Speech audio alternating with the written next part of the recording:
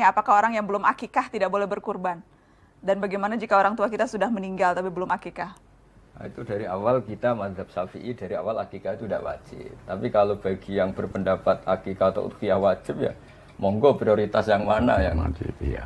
Jadi itu kan pertanyaannya kan dari satu disiplin ilmu ya. Jadi Nabi pernah ngendikan yang seakan-akan udhiyah itu wajib. Jadi ada kalimat man wajada sa'atan li ayyudhiya falam yudhi fala yaqrubanna musallana. Ada yang fala yahdur musallana. Siapa yang mampu berkorban tadi tidak korban enggak usah dekat-dekat musala kami. Sehingga ada yang berpendapat udhiyah itu wajib. Nah menurut saya dalam konteks tertentu mungkin ya. Ketika dalam konteks rivalitas misalnya gini. Ada pengaruh buruk yang ditimbulkan karena orang yang batil ini yang maksiat ini mayor-mayoran terus. Yang ini keluarga orang soleh, komunitasnya tempe terus tahu terus. Sehingga masyarakat ini merasa utang jasanya sama yang fasik, sama yang nggak bener ini. Maka menurut saya orang soleh di daerah ini, menurut saya kalau punya kemampuan itu wajib berkorban. Karena efeknya nanti supaya tadi, takutnya al-insan abdul ihsan tadi, supaya orang-orang ini berutang jasa juga sama orang soleh. Tapi secara disiplin fikih memang udhiyah itu sunat, akikah juga sunat. Sehingga nggak perlu ada pertanyaan tumpang tindih mana yang harus diprioritaskan. Gitu. Penyembelian itu harus pakai bismillah.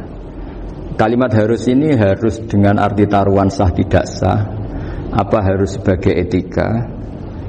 Apa harus sebagai supaya kebiasaan baik ini bertahan? Saya ulang lagi ya. Misalnya Pak Arifin dawuh teng jenengan cung nak nyembelih pitik kudu maca bismillah.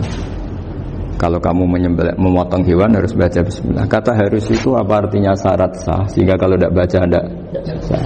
Apa keharusan dalam makna etikanya harus baca bismillah. Jadi urusannya hanya apa? Etika atau afdoliyah. Atau kita tidak ingin kultur baca bismillah itu hilang. Sehingga barang tidak wajib pun kita wajibkan supaya kultur baca bismillah itu tidak hilang. Nah Imam Syafi'i itu milih yang tidak wajib. Itu hanya urusan etika. Sehingga zabihatul muslim meskipun enggak baca bismillah baik secara sengaja maupun lupa tetap halal ya, tetap sah, tetap halal. Tapi beberapa ulama mengatakan baca bismillah itu wajib dan menjadi syarat sah. Ya kira-kira karena pamit tadi, yang beri nyawa itu Allah, kok apa yang menghilangkan enggak pamit, sudah menghilangkan nyawanya ayam dimakan lagi. Oh itu selingkuhannya kan mesti marah itu. Selingkuhannya, pacarnya, anaknya, cucunya itu kan marah itu. Tapi kalau pamit yang punya kan enggak. Coba kalau ayam cantik yang pas kamu sembelih itu lanangannya kan mangkel itu. Kalau kebetulan sudah tua kan karep-karepmu kan gitu. Jadi apa? Itu yang tahu Sarah. Saya ulang lagi yang tahu Sarah karena ini sudah jelimet. Sudah jelimet. Sehingga enggak ada kitab matan yang induk kecuali disarai. Dulu ada kitab namanya Takrib karangannya Abi Suja. Terus disarai kecil sekali oleh Fathul Qorib. Ya, oleh Ibnu Qasim Al-Huzi itu. Terus disarai lagi oleh Bajuri. Jadinya Bajuri itu sudah sarhun ala sarhin warifin, ya, sudah sarhun ala sarhin, bukan sarhun ala matnin tapi sarhun ala sarhin. Nah, kenapa memang kita butuh itu? Saya ulang lagi kita butuh itu. Nah, kenapa butuh? Ya karena mau tidak mau. Saya ulang lagi mau tidak mau. Karena matan itu seperti itu. Misalnya matan cerita. Yang dikatakan menyembelih itu apa? Ya nyembelih itu ya nyembelih. Nyembelih itu memotong hewan. Terus motongnya dari mana? Kalau kamu motong hewan dari mana coba? Dari belakang atau dari depan? Dari mana? Depan misalnya. Pertanyaannya, ketika dari depan itu paling penting terpotong al-khulqum wal mari misalnya. Yang satu majrur to'am, yang satu majrur ruh ya gitu, majrur nafas. Tapi andekan dari belakang gimana? Tapi tetap terpotong. Mulai ribet kan? Kalau kubu sebelah kan enak, pokoknya nggak sunah Rasul seperti itu, nggak mau debat. Tapi kita tidak, cara berpikir tidak gitu. Ini kan status hukumnya halal apa haram ketika ada orang motong hewan dari belakang. Nah, terus kita berdebat kan, mesti berdebat itu mau dibilang haram, nyatanya memenuhi syarat apa tadi pemotongan, hukumnya kena, amarinya kena. Mau dibilang halal, jangan-jangan pitiknya sudah pingsan, sudah mati karena dogrok-ogrok dari belakang. Nah, itu terus ulama debat, kan mungkin juga, ya kan? Pitiknya sudah setengah kena corona, pingsan terus, ya kan? Sudah pingsan terus digorok.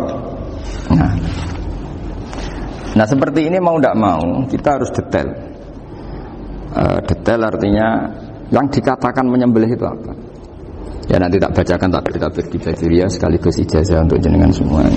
Saya tadi alhamdulillah ketemu Pak Arifin lama, ngendikan panjang lebar tentang pentingnya ilmu. Yang dikatakan menyembelih adalah mematikan hewan yang hidup dengan kaifiyah syariah.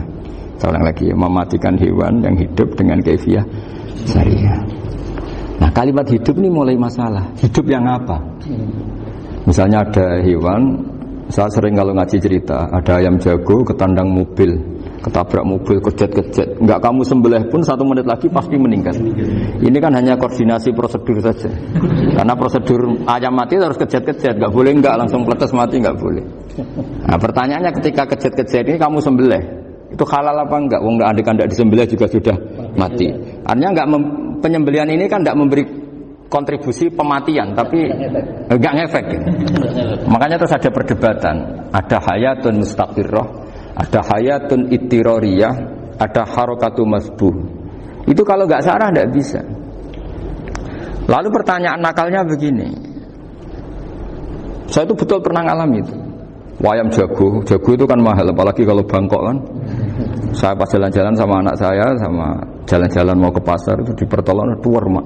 Kusik halal tau ora? Kadang tanya orang awam, halal kata saya gitu. Padahal andai kan tidak disembelih ya pasti mati. Suatu saat ada yang mengkonfirmasi lagi. Saya bilang kalau kiai ya tidak pantas makan ayam gitu, tapi kalau kamu tidak kiai ya pantas saja. Daripada rata halal lo geremeng eman kan ribet. Nah sebetulnya itu dalam mazhab Syafi'i itu tidak halal karena dia sudah tidak punya hayatun mustaqirrah. Karena tadi setengah menit lagi atau 1 menit lagi pasti mati. Kan dia belum mati karena koordinasi Israel saja, tetap yang ngambil itu. Tetap kan nggak segampang itu kan, tetap prosedur apa? Jalankan SOP. SOP-nya harus ada. Nggak boleh mati selonang-selonang itu, nggak boleh. Tetap ada SOP kata Warifan ada SOP. Dia kalau sama saya bisa guyon kalau. Nah, tapi misalnya nanti pertanyaan, tapi dalam mazhab Maliki itu diabaikan, hayat mustaqirrah, hayat ittirariyah, hayat itu diabaikan. Cara berpikir Imam Malik lebih matematis. Kalau nggak disembelih itu matinya berapa menit? 1 menit lagi. Gara-gara disembelih dia mati sekarang. Berarti eksekutornya ya peso itu. Ya berarti peso itu memenuhi kriteria mematikan sesuatu yang masih hidup, hewan yang hidup dengan cara syar'i. Jadi andai kan ada rapat malaikat, matinya karena apa? Karena peso apa karena kecelakaan? Karena peso. Ya kan? Karena kalau nggak tanpa peso nunggu 1 menit. Gara-gara disembelih langsung terjadi sekarang. Nah karena hukum halal ini yang menarik dan menguntungkan. Di bab ini orang jadi Malikiyah semua. Mana maksud saya? Jadi kita ini sebetulnya Syafi'i pecundang gitu. Syafi'i partai politik. Jadi kalau sedang tidak menguntungkan ya tidak. Kata siapa kita Syafi'i banget? Tidak juga itu. Ya, jadi karena tadi ya kalau pada level perdebatan ulama itu ada tadi ya, ada seperti itu, ada hayatun mustaqirrah, ada hayatun ittirariyah, ada harakatul masbuh. Jadi tak baca ya supaya dapat barokahnya ulama ya. Jadi tak baca versinya ini di halaman, terus kitab ini saya tinggal sebagai amal saya, keluarga saya, sebagai penghormatan saya sama Habib Ali, Habib Quraisy, Habib Hussein semuanya, Pak Arifin dan Bismillahirrahmanirrahim. Wa'lam, ini halaman 562, ikutnya bab kitab Ahkami Syaidi wa Dzabaih. Ya, jadi nanti yang mungkin kalau beda halaman cari di babnya kalau beda halaman cari di babnya. Karena kadang beda halaman warifnya. Kalau dia tahun sekarang enggak Iya, kadang beda juz pun. Kayak Ikhya sekarang tuh sampai 6 juz. Zaman kita ngaji kan 4 ya. Di orang ada yang 6, ada yang ribet cetakan sekarang ya. Di atas ada 10. 1 Ikhya itu. Hurufnya dibesarin ini. Ikhya biar. Iya, ada yang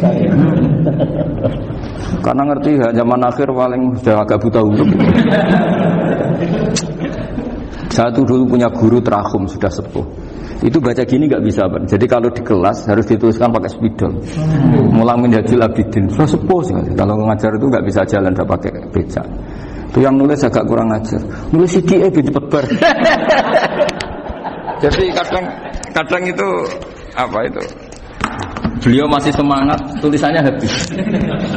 Loh kok sentek dong? Terus ya wes ya. Jadi nulisnya di HVS baru dulu. Ya cepat selesai. Iya. Nah kalau beliau pakai kitab sudah enggak bersoh itu. Anak-anak wah nulis sidik benang ber. Saya ulang lagi ya.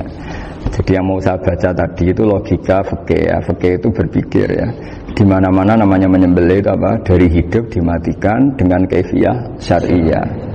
Kaifiyah syariah ini tidak boleh kamu nyontohkan harus disembelih, keliru juga. Karena untuk hewan yang berot atau hewan liar cukup dipanah asal ma'an harad dama yang bisa mengalirkan apa? Darah. Jadi makanya saya umumkan bikaifiyatin syariah Pak Arifin kan tidak harus motong kan bentuknya. Kalau hewan liar kan atau sapi kurban liar kan, sapi kurban ucul liar kan boleh dipanah, boleh macam-macam. Nah kalau tembak bisa diperdebatkan karena ada unsur api Pak Arifin. Jadi bisa debat. Meskipun ada yang bilang boleh tapi bisa debat lagi kan? Karena ada unsur apa? Api Pak Arifin. Iya. Tapi ini saya cerita umumnya bikaifiyatin syariah. Nah karena kalimat hewan hidup, ada kalimat hidup. Hidup yang apa kan pertanyaannya? Hidup yang sudah kejet-kejet, misalnya sudah koma, sudah kena corona, disentak istrinya itu. Apalagi ayamnya menyaksikan pasangannya diselingkuhi, wah itu sudah stroke itu dia. Nah itu. Makanya kalau orang suka macam-macam itu kayak ayam makanya itu. Saya baca ya. Bismillahirrahmanirrahim. Wa'lam annahu yujadu fi ibaratihim hayatun mustaqirrah, hayatun mustamirrah, harakatu masbuh. Wa yuqalu aisyu masbuhin. Wal farqu bainaha annal hayata al mustaqirrah yakunu ma'ha ibsarun bi ikhtiyarin wa nutqun bi ikhtiyarin wa harakatun ikhtiyariyah. Wal hayat al mustamirah ya allati tastamiru ila khurujir ruh minal jasad. Wa harakatul masbuh ya allati la yabqa maha ibsarun bi ikhtiyarin wala nutqun bi ikhtiyarin wala harakatu ikhtiyariyah. Bayakun maha ibsar wa nutqun wa harakatun ittirariyah ini. Wa ba'duhum farraqa bainahuma. Sampai saat terus ini. Jadi ini perbedaan-perbedaan pandangan ulama. Nah, Imam Malik itu mengabaikan semua istilah itu. Sing penting pas mbok sembelih iku kecelok urip, cara wong Jawa kecelok urip. Cek hayat mustaqirrah, cek ittirariyah, cek harakatu masbuh, pokoknya kecelok urip. Ane kecelok urip bisa dibilang masih hidup. Karena kalau bisa dibilang masih hidup, kamu sembelih, tetap nanti rapat malaikat kira-kira gitu. Ini matinya karena apa? Karena kecelakaan. Oh, kalau kecelakaan 1 menit lagi matinya dong. Tapi kan matinya sekarang ya karena disembelih. Nah tadi saya bilang sebenarnya mazhab Syafi'i itu tidak seperti itu. Karena Imam Malik menghalalkan, biasanya penggemarnya lebih banyak di bab bungsu halal itu kan. Penggemarnya masih banyak. Tapi ya sudahlah, itu masih ahli sunnah karena salah satu dari mazhab 4. Tapi logikanya juga masuk. Jadi kita bukan sekedar taklid ke Imam Malik, tapi kalau kita ikhtiyat ikut Imam Syafi'i ya monggo, karena mungkin secara medis karena mengalami seperti itu mungkin tingkat kesehatannya apanya sudah ya sudah lah, yang penting makanya terus orang Jawa pinter nak PTE jago ya halal, nak cilik enggak lah. Itu kan ibarat perdebatan antara kepiting sama yuyu. Yang menghalalkan kepiting itu mengharamkan yuyu. Tahu yuyu yang kecil di sawah ya. Tak tanya kenapa yuyu halal, karena amfibi guys, bisa hidup di dua alam. Memangnya kepiting enggak? Oh beda. Ternyata beda maksudnya. Eman Gus kalau haram. Eman kan. Kalau yuyu haram kan nggak ngefek kan. Kecil.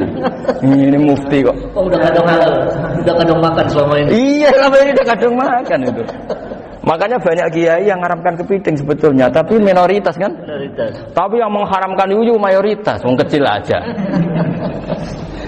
Jadi kita ribet ikut siapa? Gitu. Kata siapa? Ahli fikih gak mikir untung rugi. Makanya saya ini bingung, jadi saya ini kan kiai ya, kiai betul. Susah kadang jadi kiai. Sebagian guru saya itu mengharamkan kepiting. Nah kalau kayak dolan di daerah Juwana, Mas Nafis daerah itu, penghormatan tertinggi santri itu kalau nyugoi kiainya kepiting, karena itu makanan termahal. Bingung kan dia? Mau tidak makan itu kayaknya dipersiapkan betul baru kan? Udah ada effort ya.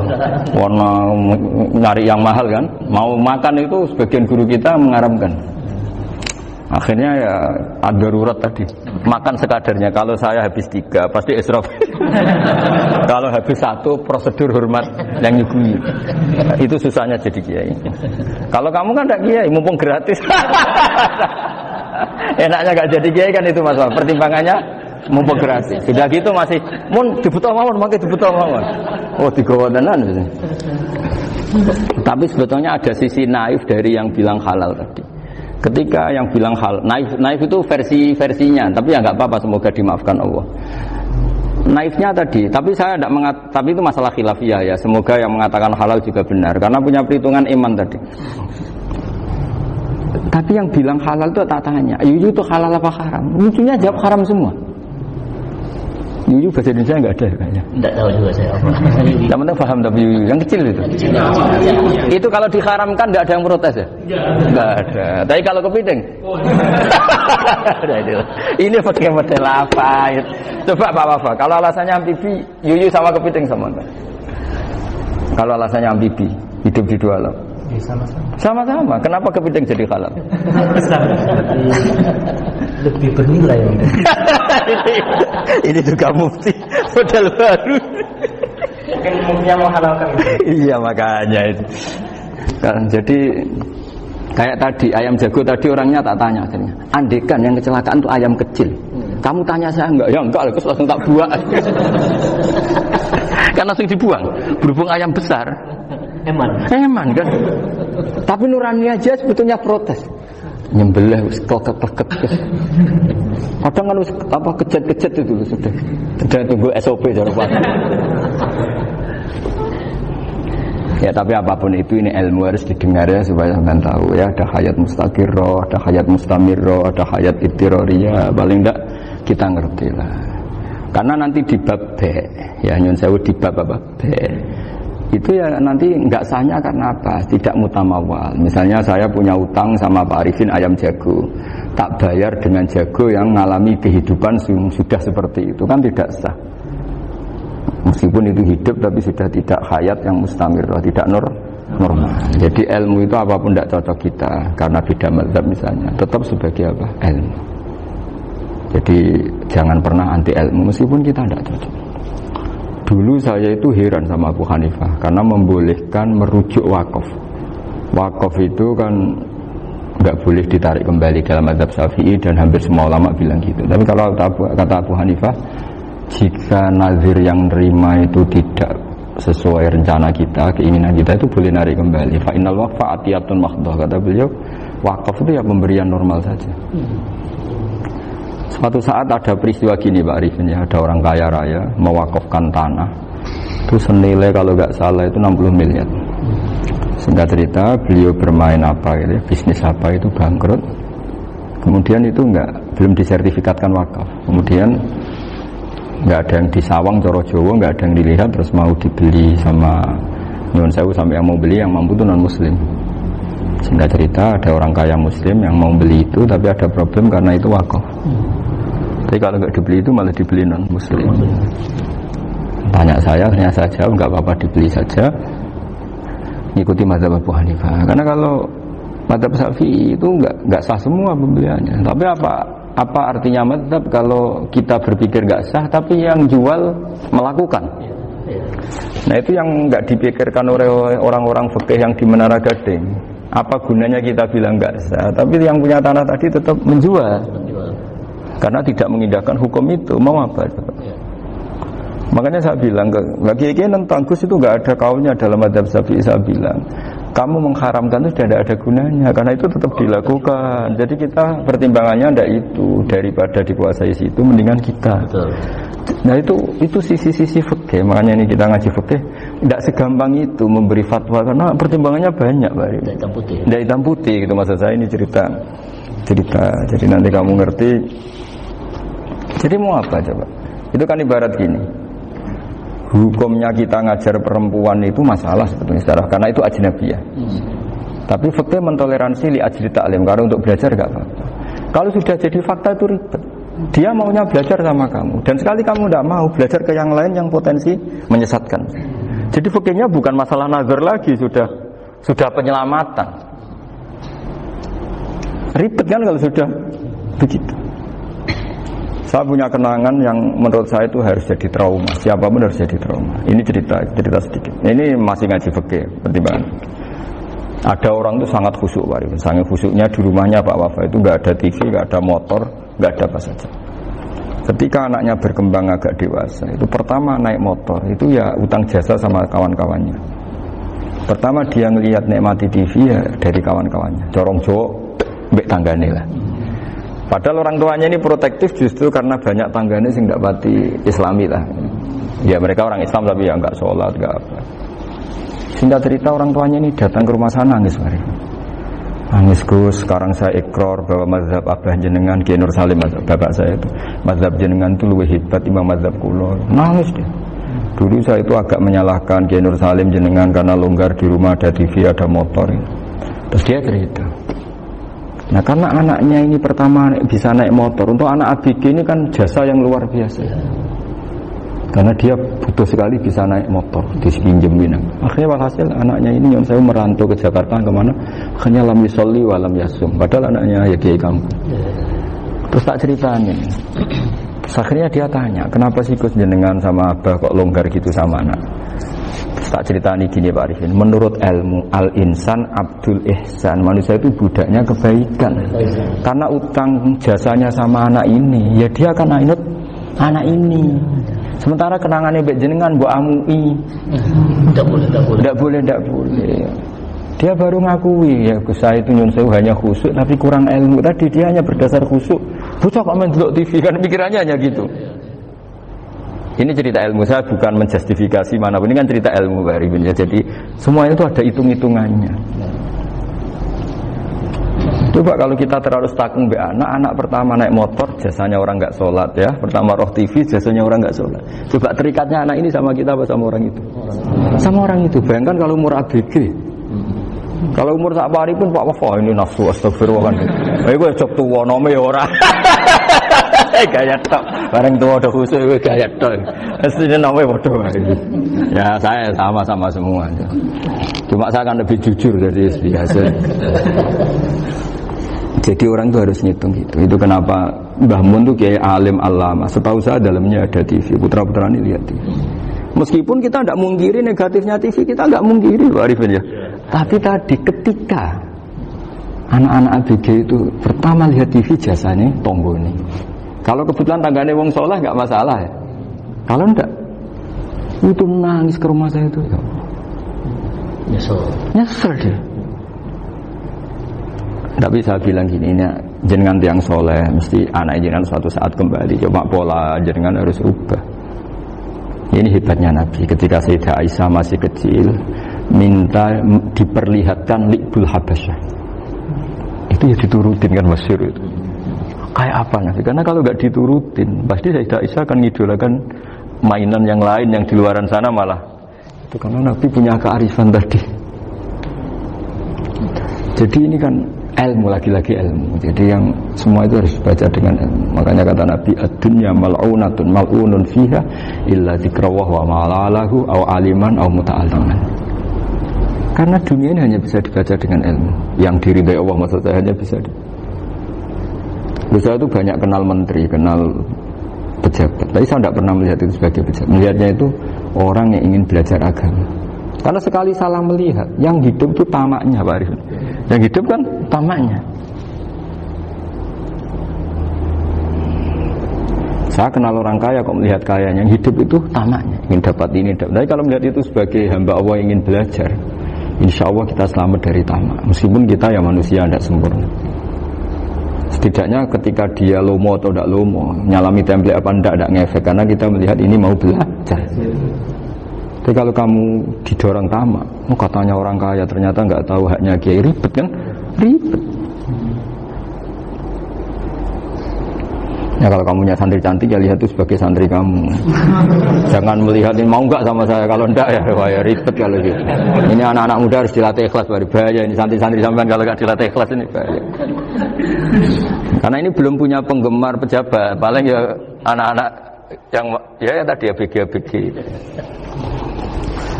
Jadi lah Sarah kembali lagi Sarah itu membicarakan itu detail.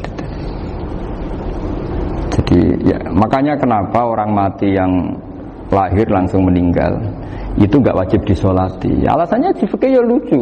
Karena dikatakan sholat mayit, di mana-mana mayit itu sabakohu hayatun. Di mana-mana namanya mati itu terdahului oleh hidup. Nah ini nggak pernah hidup langsung mati. Jadi fikih itu yang kadang lucu. Ya gitu aja alasannya. Kamu nyolati apa? Mayit. Kenapa kok mayit? Ya mayit itu namanya mayit. Orang mati artinya pernah hidup. Nah itu Sarah. Jadi ketika matan hanya cerita wasiktu alladzi lam yastahila, enggak pernah nangis, lam yusalla alaihi. Sarah bilang mergo ora tahu urip. Kalau enggak pernah hidup berarti enggak bisa dikatakan mati. Kayak sampean miskin itu kan enggak bisa dikatakan bangkrut. Ya miskin aja gitu loh. Kan gitu ya. Karena nggak pernah kaya. Kayak Mas Nafis nggak bisa dikatakan, oh itu Qurannya lupa gimana? Nggak pernah hafal. Jadi yang dikatakan lupa itu pernah apa? Nggak lupa nggak apa? Gus Qurannya lupa, gaya nggak pernah hafal kok bilang apa? Lupa gitu. Nggak boleh Pak Wafa bilang saya ini bangkrut apa? Nggak pernah kaya kok bangkrut. Jadi semua itu ada aturannya itu. Nah itu Sarah, lagi-lagi Sarah. Jadi bahkan banyak yang syarhun ala syarhin. Jadi kayak kitab takrib itu disarai Fathul Qorib. Jadi Fathul Qorib itu sudah Sarah. Disarai lagi Bajuri. Nah, itu termasuk cerita itu ya. Cerita-cerita. Bismillahirrahmanirrahim. Ya, wa yakunu qad umma dzukira daf'atan wahidatan la fi daf'ataini. Islam tujad al hayat al mustaqira inda daf'atis saniyah. Amma idza wujidat al hayat al mustaqira inda daf'as saniyah fayakhilu al masbuhu aidan. Fasartu wujudul hayat al mustaqira fi ibtida'il wati akhir marrah. Wa makharu dzalika inda tulil fasli wa illa fala rafa'a sikina wa ada fawran aw alqaha liqawniyaka latan wa akhadha ghayraha fawran aw saqatat minhu wa akhadha ghayraha halan aw qallaba wa qata abiyama bagi hal al masbuh. Jadi ini masalah Sarah. Sarah itu sudah detail. Misalnya gini, kamu motong ayam. Motong ayam harus sekaligus shred jadi. Jangan sampai nyuwun sewu dua kali. Jangan-jangan misalnya gini, ayam tak potong pas ke kiri separuh. Ya, ke kiri separuh apa hulkumnya. Pak Arifin datang, Assalamualaikum Gus Pak, waalaikumsalam, terus santai jagungan dulu. Jagungan sampai besoknya itu enggak meneruskan. Bareng-bareng balik salam, ingat lagi loh ayam saya ini. Ketika saya meneruskan ini, potensi ayam ini sudah mati atau sudah hidup yang ini masih mazhab Syafi'i loh ya. Atau sudah hidup yang sudah tidak normal. Artinya apa? Penyembelian kedua yang mengeksekusi tadi sebenarnya mengeksekusi barang mati. Yang penyembelian pertama tidak bisa dikatakan penyembelian karena tidak sampai mati. Penyembelian kedua berstatus setengah mati. Nah kalau seperti itu maka haram. Kecuali itu dilakukan secara fauron. Fauron dicontohkan nyembelih ternyata pesunya kedul terus ngambil yang lain. Tapi fauron langsung atau terjatuh ngambil langsung. Ya itu boleh karena ditoleransi. Tapi kalau kalam ajnabi kata tadi mohon Pak Arifin. Sebuti Pak Arifin, alhamdulillah sehat. Jaminan mau rawuh. Dari ayamnya asem mana? Ini harus sebar. Ini orang ngapur betul. Jadi, lah itu Sarah. Bicara sampai detail itu Sarah. Jadi ada sekian kemungkinan. Jadi ya, jadi termasuk yang diandaikan. apa? Nah, hayat mustaqirah itu batasnya yakunu maha ibsorun bi ikhtiyarin wa nutqun bi ikhtiyarin wa harakatun ikhtiyariyah. Hayat mustaqirah itu kalau dia betok-betok itu ya karena karepnya. Maksudnya gini, gamane cara roh pitik wedok engkek yo cek karepe dhewe. Cara dia melihat peso itu karepe ya masih lari. Jadi misalnya ada ayam. Ayam kita sembelih baru luka sedikit. Belum sampai andekan dibiarin ya mungkin suatu saat sembuh, luka. Terus melihat kamu lari ketakutan karena kamu dianggap gladiator, killer lah. Nah itu berarti punya hayat mustaqirah. Tapi sudah kalau kamu sembelih karek ngeriwit, roh kowe serawedi, ya kan? Mau demo ya sudah enggak berkutik, ya dia berarti tidak punya hayat mustaqirah gitu. Ya batasannya itu Joro. Nah, dalam mazhab Syafi'i syarat sahnya penyembelihan harus hewan itu punya hayat mustaqirah. Nah ini sarah ya, jadi sarah itu lebih jelimet. Nah makanya kenapa tidak boleh nyembelih pakai yang tumpul Mas Nafis? Takutnya ayamnya itu ngalami dohtoh, atau kok ditekek. Misalnya sama nyembelih pakai peso tumpul, ini kini ketekek, takut. Kan dia misalnya ayamnya jantungan, roh peso wis sedot kan, udah gitu ketekek. Nah itu mati dulu pasti itu. Jadi pas diongok-ongok ini sudah mati. Jadi nanti kalau di akhirat, sebenarnya saya sudah mati loh, ngawur. Wah apalagi nganggo keris naga sosro, wah itu sudah gereng sakti kan diginikin tok sudah mati kan. Makanya bahaya nyembelih pakai keris-keris sakti karena sebelum terpotong sudah mati saking saksinya apa? Keris itu misalnya gitu. Makanya nanti suatu saat ada pertanyaan ini, boleh enggak nyembelih ayam orang yang rainya itu sangat? Wah itu haram, kena. Oh itu mesti mati dulu. Kumisen tatonan apa? Iya kayak algojo. Ayamnya jenis apa? Stroke ya? Jenis penakut. Pas mau disembelih tidak mati. Jadi hati-hati ya nyembelih ayam. Jadi kalau orang kampung Pak Arifin ya, orang kampung mudin kampung. Mungkin kalau orang kota sudah nyuwun sewu enggak peduli. Kalau orang kampung itu apa itu Pak Arifin? Kalau nyembelih jago itu sampai apa itu? Ilatnya dikeluarin dulu. Oh iya. Apa ini? Iya karena takutnya katanya beberapa yang kaget itu kelek apa? Ketelan. Iya ketelan ya. Itu ya ada kearifan gitu, tapi ya terlalu ya menyiksa ayam. Tapi memang potensi katanya Pak Arif. Katanya yang ahli-ahli itu ya. Jadi kalau dia jago ya mau disembelih, saking takutnya itu. Kalau orang Jawa kalau takut kan yang ngelek itu ya. Orang Jawa loh ya. Itu kalau orang takut kan kadang apa kayak. Nah ayam itu tak ketakut. Kadang ininya terus apa? Lidahnya masuk. Akhirnya pas disembelih ini nggak kena. Nah, makanya terus banyak mudin yang punya ikhtiar tadi. Pernah lihat Bapak yang ayam jago itu? Ilatnya ya, itu ya tidak wajib cuma tidak bisa kita salahkan. Tapi kata penyembelih yang lain tak tanya eksekutor yang lain, pokoknya rodok dipenek Gus. Iku seraiso. Saya belum pernah nyembelih ayam karena ini kan selain nggak profesi saya juga nggak mentolonan saya. Tapi ini beberapa kefiah ya, yang penting kita tahu ilmunya. Yang paling pokok itu qatul khulqum wal mari. Ya kira-kira dalan sing digo nafas sama digo makanan tadi. Ya tapi itu tadi caranya semua itu harus mengalami atau masih punya hayatun mustaqirah. Nah, takutnya dalam konteks nyembelih yang apa tadi? Saya bilang separuh tadi.